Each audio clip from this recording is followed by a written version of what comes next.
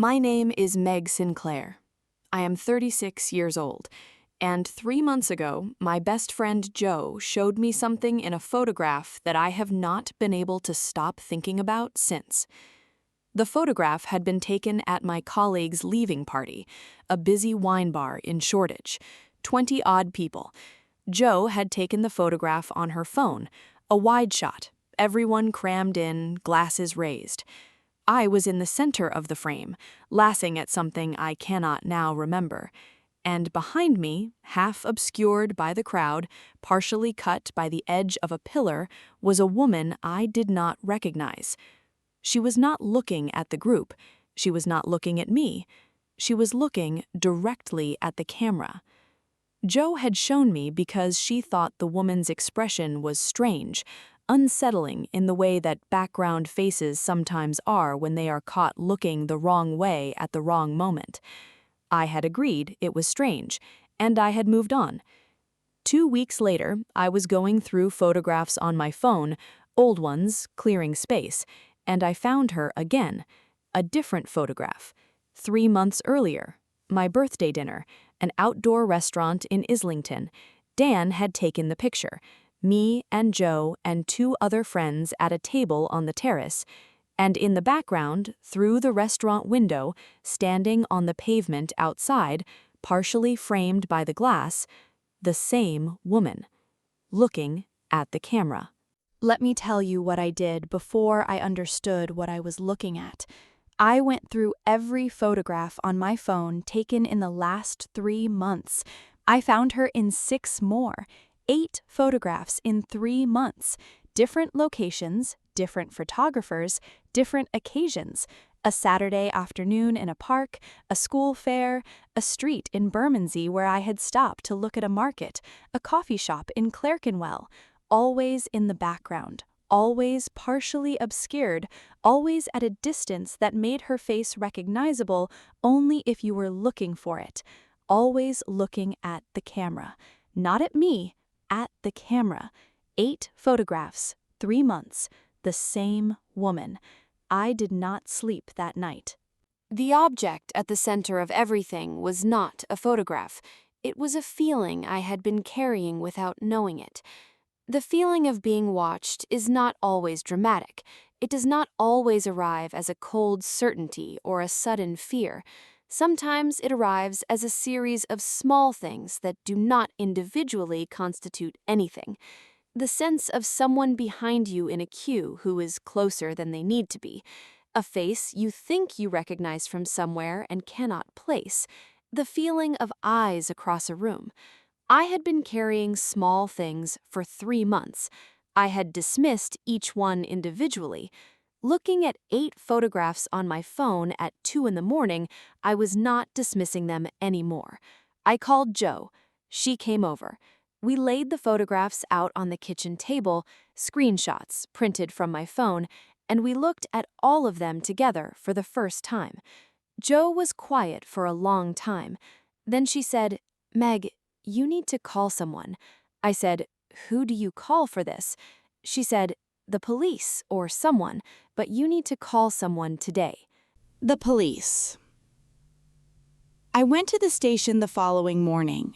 I spoke to an officer for 40 minutes. I showed him the photographs.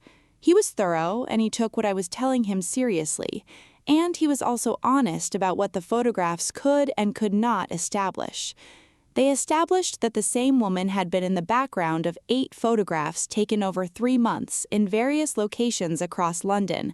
They did not establish that she had followed me.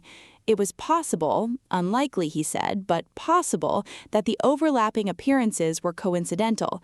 London was large, but certain neighborhoods were frequented by the same people.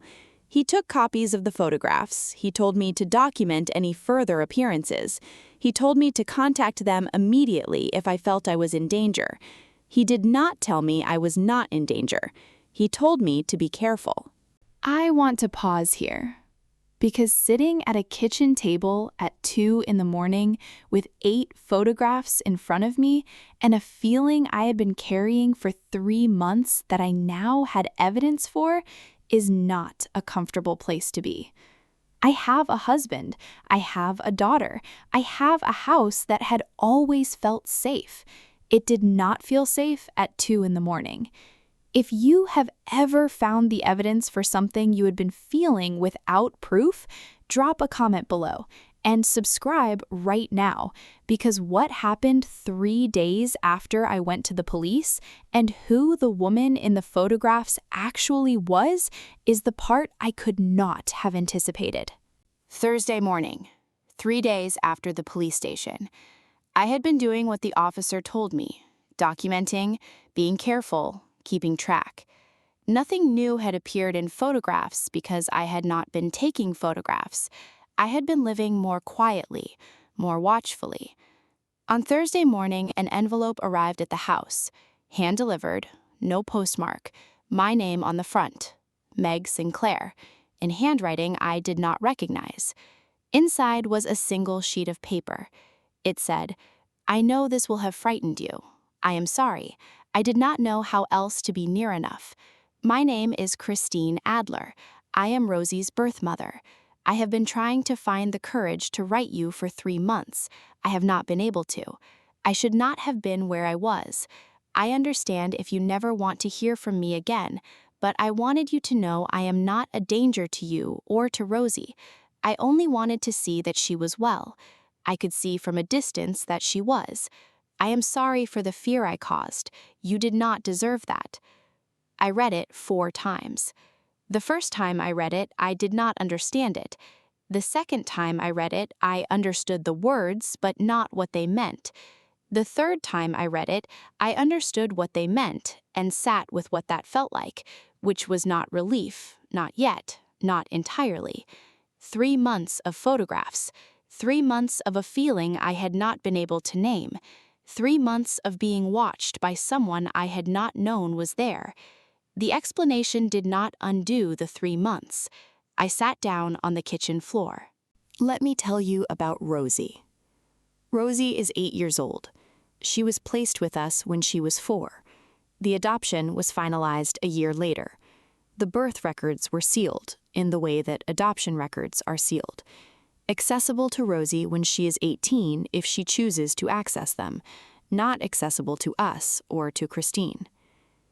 Christine had not had access to our address through official channels. She had found us through the way people find things now, the accumulated public footprint of a life that does not know it is being observed. School fairs that Dan had posted about, a photograph I had tagged with a location, a local community page I was a member of, the name of our street mentioned in a post about a neighborhood event, the house number she had found the old-fashioned way. The electoral register is publicly searchable. Our names, our street, one search. Not one thing, many small things, the same way the photographs had assembled into a pattern. She had been building toward an approach for 3 months. She had not been able to make it. The envelope was the approach she had finally managed. I sat on the kitchen floor for a long time. Then I called Dan. Dan. He came home from work within the hour. We sat at the kitchen table, the same table where I had laid out the photographs 3 days ago, and we read Christine's letter together. He was quiet for a long time after. Then he said the thing I needed someone to say before I could say it myself. He said, "She's not a threat. She's a mother who couldn't find another way to be close to her child." I said, "She frightened me for 3 months." He said, "I know, and that was wrong, and it was also the only thing she could think to do." He said, "What do you want to do?" I said, "I don't know yet." He said, "We don't have to decide tonight." We did not decide that night. What I thought about in the days that followed. I thought about Christine in 8 photographs, standing at a distance, looking at the camera, not at me, not even at Rosie really. Rosie was rarely in the photographs. Christine had not been looking at Rosie. She had been looking at the evidence of a life, the proof that the life existed and was full and was well. I thought about what it must have cost to be that close and not closer, to stand outside a restaurant window and look through glass at a birthday dinner and not walk in. I thought about Rosie at 18, accessing sealed records, finding a name, wanting to know. And I thought about what I would have to tell her if I had closed the door on this and the door had stayed closed. I did not want to have to tell her the door had always been closed. Matthew Ford. I called a solicitor. Matthew Ford specialized in adoption and family law. I had his name from the original adoption process. He had represented us, and we had liked him for his precision and his care. I explained the situation, the photographs, the letter, Christine. He listened carefully. He said, "What you are describing is a contact boundary violation. Christine accessed your location through public information rather than official channels and placed herself in proximity to you and your daughter without your knowledge or consent. You have every right to pursue that formally."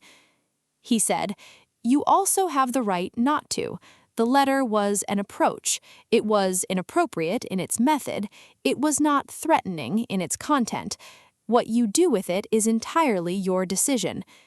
He said, "If you wanted to open a channel, a limited, controlled channel, I can manage that. A letter, nothing more. Something that goes to Christine through me and does not give her any further access to you or your address."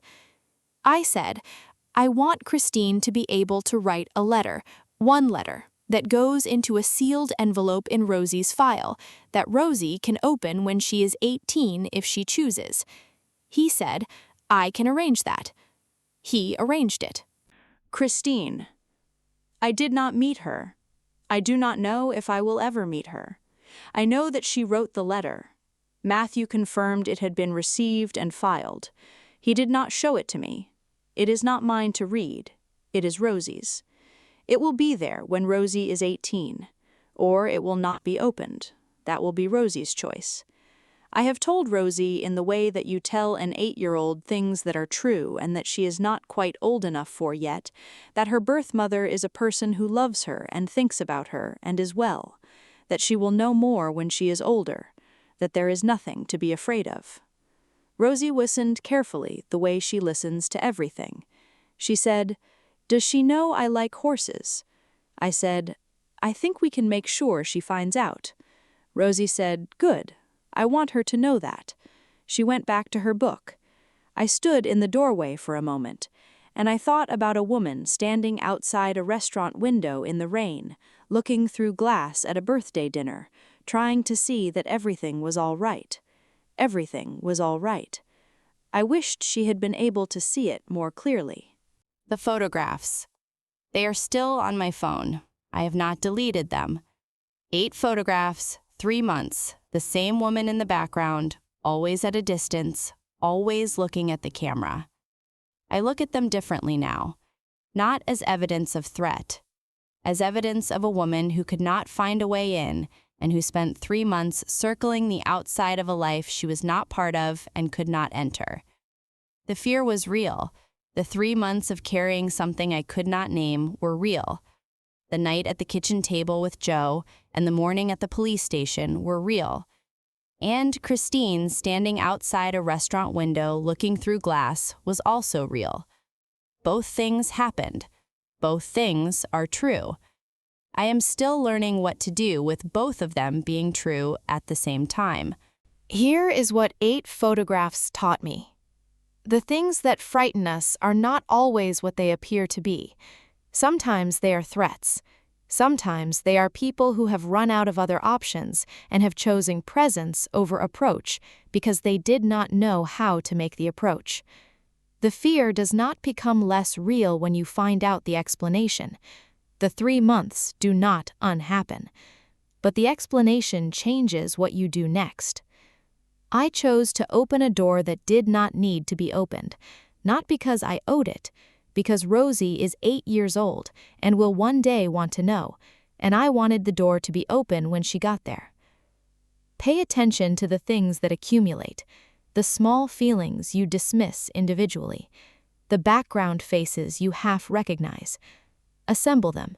Look at them together. Not because everything is a threat, but because sometimes the thing you have been carrying without knowing it is something you need to act on, and sometimes acting on it leads somewhere you did not expect. Drop a comment and tell me your story. I read every single one. And subscribe. I am here every week with a new story. She looked at every photograph. She found her. She decided what to do with what she found.